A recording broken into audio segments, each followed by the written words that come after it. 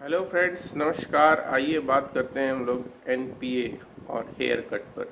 समझते हैं कि एनपीए क्या होता है और हेयर कट क्या होता है। जैसा कि आपको पता है कि बैंक लोन करती है मतलब लोन। जब बैंक लोन देती है तो इससे क्या होता है कि बैंक के लिए एक एसेट क्रिएट होता है, पूंजी का निर्माण होता है। एसेट क्रिएट होना क्यों कहा जाता है? क्योंकि इससे बैंक को मुनाफा होता है। जब इसमें ब्याज और प्रिंसिपल की वापसी टाइमली होती है तो इससे बैंक को मुनाफा होता है। लेकिन ये सारे केस में नहीं होती। बैंक जितने लोन करती है सारे केस में उसको बराबर मुनाफा हो ऐसा कोई ज़रूरी नहीं है। कुछ एसेट इसके ऐसे हो जाते हैं जिस पर कि 90 दिन या उससे अधिक ब्याज या प्रिंसिपल की वापसी नहीं होती है, तो ऐसे को वह नॉन परफॉर्मिंग एसेट के रूप में क्रिएट करती है, जिसे कि हम एनपीए के नाम से जानते हैं। ये बैंक हर क्वार्टर में अपने एसेट का क्लासिफिकेशन करती है। ये क्लासिफिकेशन 4 तरह से होता है: स्टैंडर्ड एसेट, सब स्टैंडर्ड एसेट, डाउटफुल एसेट और लॉस एसेट। स्टैंडर्ड एसेट का मतलब हो गया कि वैसा एसेट जिसमें कि प्रिंसिपल और इंटरेस्ट दोनों टाइमली आ रहे हैं, इससे अर्थात इससे बैंक को मुनाफा लगातार जारी है, तो ये स्टैंडर्ड एसेट हुए। लेकिन और जो बाकी तीन है वो एनपीए हो गए, नॉन परफॉर्मिंग एसेट हो गए। अगर 1 साल तक लगातार कोई एसेट एनपीए रह जाता है तो वो सब स्टैंडर्ड हो गया। 1 साल के बाद फिर वो डाउटफुल में चले जाता है और फिर लॉस में। लेकिन लॉस में जाने के लिए यहाँ कुछ कंडीशन है। पहला कि जब हम लोन करते हैं तो उस समय कुछ सिक्योरिटी क्रिएट होता है। जैसे कि अगर हमने ट्रैक्टर लोन किया तो ट्रैक्टर हमारा एक सिक्योरिटी हो गया। ये लोन बैंक ने जो लोन दिया उसी से क्रिएट हुआ, इसलिए इसको प्राइमरी सिक्योरिटी कहते हैं। उसी तरह से अगर हमने कार लोन किया तो कार हमारा प्राइमरी सिक्योरिटी हो गया।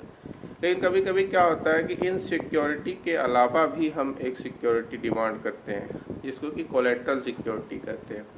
जैसे बैंक अगर किसी फैक्ट्री को लोन दे रही है तो फैक्ट्री से किसी और सिक्योरिटी की मांग करेगी, तो वो सिक्योरिटी जो होगा, जैसे कि अगर उन्होंने अपने घर का ज़मीन कागजात लगा दिया तो वो कोलेटरल सिक्योरिटी है। तो अगर मान लीजिए कि किसी फैक्ट्री के मालिक को बैंक ने लोन किया और उसने कोलेटरल सिक्योरिटी दिया, साथ ही साथ फैक्ट्री लगाया है, फैक्ट्री वो चल रहा है, लेकिन अचानक से उसने क्या किया कि वो जो घर दिया था उसको बेच दिया और उसकी फैक्ट्री भी जो है वो काम करना बंद कर दी। तो उस कंडीशन में क्या हुआ कि जो बैंक ने लोन किया है और जो बैंक के पास सिक्योरिटी, तो वो सिक्योरिटी क्या हो गई, घट गई। तो सिक्योरिटी अगर जीरो हो जाता है, मतलब सिक्योरिटी अगर लगातार डिग्रेड करती रहती है जो बैंक को दिया गया है, तो उस कंडीशन में क्या होता है कि बैंक उस एसेट का क्लासिफिकेशन करती है और उसको लॉस में डाल देती है जब उसका सिक्योरिटी जीरो हो जाता है। तो इस तरह से एनपीए में इसी तरह से क्लासिफिकेशन होता है एसेट का, और यही एनपीए होता है। लेकिन इसमें जो है जब कोई खाता एनपीए हो जाता है तो इसमें बैंक को एक ही लॉस नहीं होती है कि उसमें जो है मुनाफा नहीं आ रहा है। इसमें दूसरा भी लॉस होता है कि बैंक इन खातों पर क्या करती है, प्रोविजनिंग करती है 15% से लेकर के 50% तक। और ये प्रोविजनिंग जो है वो बैंक अपने मुनाफे से करती है। अब प्रोविजनिंग क्या होता है इसको मैं अगले वीडियो में बताऊंगा। तो प्रोविजनिंग जो करती है वो 15% से 50% तक करती है। इसका मतलब ये है कि मुनाफे से भी वो जो है पैसे निकाल के डाल रही है उस खाते में आगामी लॉस के लिए। आगामी लॉस को देखते हुए ये जो है प्रोविजनिंग करके एक रखती है बैंक। तो एक तो उसने जो लोन किया उस पर मुनाफा नहीं हो रहा, साथ ही साथ प्रोविजनिंग अलग से कर रहा है। तो एनपीए का रिकवरी इसीलिए बहुत ही महत्वपूर्ण हो जाता है, ताकि बैंक जो है, बैंक का जो एसेट डूबा हुआ है, अगर उसमें से एसेट की वापसी हो जाती है तो फिर आगे वो उस पर मुनाफा भी कमाएगा और साथ साथ ये प्रोविजनिंग भी कम हो जाएगा। तो यही होता है एनपीए। अब आइए समझते हैं हेयर कट क्या होता है।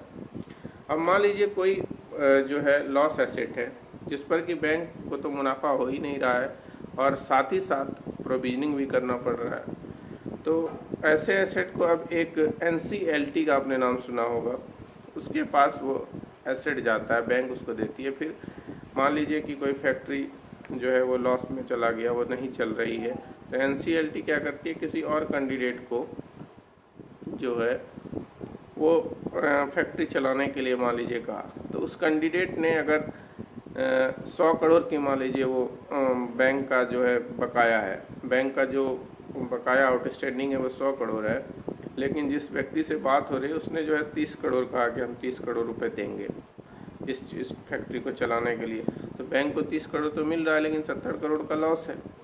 मान लीजिए इस पर बैंक ने प्रोविजनिंग भी कर दिया है 40 करोड़ का, फिर भी 30 करोड़ का लॉस है। तो 30 करोड़ का लॉस है तो उसको बंद करने के लिए बैंक उसको बंद करना चाह रहे हैं, क्योंकि उसका 100 करोड़ का एसेट फंसा हुआ है।